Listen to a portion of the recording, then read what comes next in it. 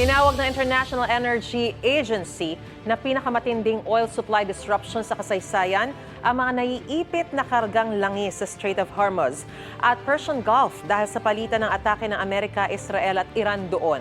Yan ang dahilan ng pagsipa ng presyo ng langis sa buong mundo. Dahil din sa mga pag-atake sa Middle East, halos 40 Pinoy seafarer ang naiipit doon ayon sa Department of Migrant Workers. Ngayon ang balita si Darlene Kai.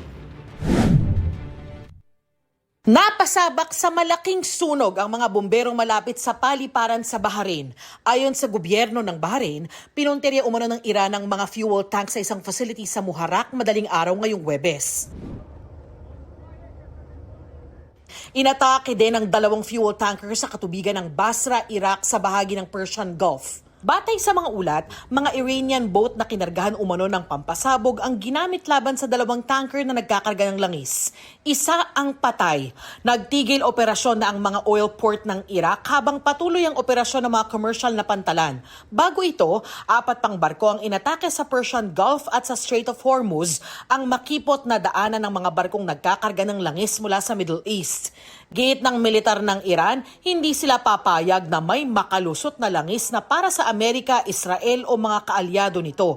Kahit anong barkong may cargo o langis na para sa mga naturang bansa ay ituturing daw ng Iran na lehitimong target. Mensahe ng Iran sa Amerika, maghanda daw na umabot ang langis sa $200 per barrel.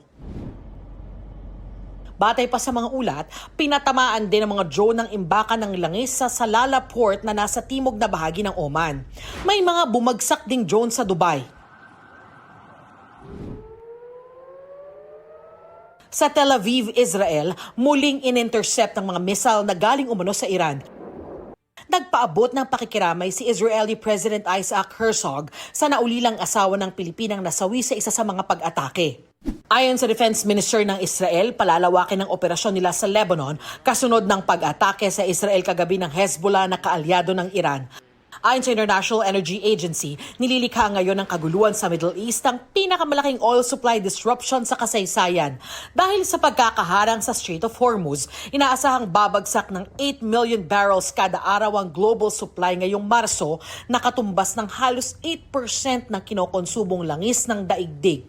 Sa gitna ng pag-atake ng Iran sa mga barko sa Gulf region, muling tumaas ang presyo ng langis sa world market. Inaprobahan na ng member countries ng IEA ang paglalabas ng 400 million barrels ng reserbang langis para maibsan ang taas presyo. Ito raw ang pinakamalaking stock release na inaprobahan nila mula nang itayo ang IEA noong 1974. Ang Amerika maglalabas ng reserbang 172 million barrels bilang bahagi ng napagkasunduan sa IEA.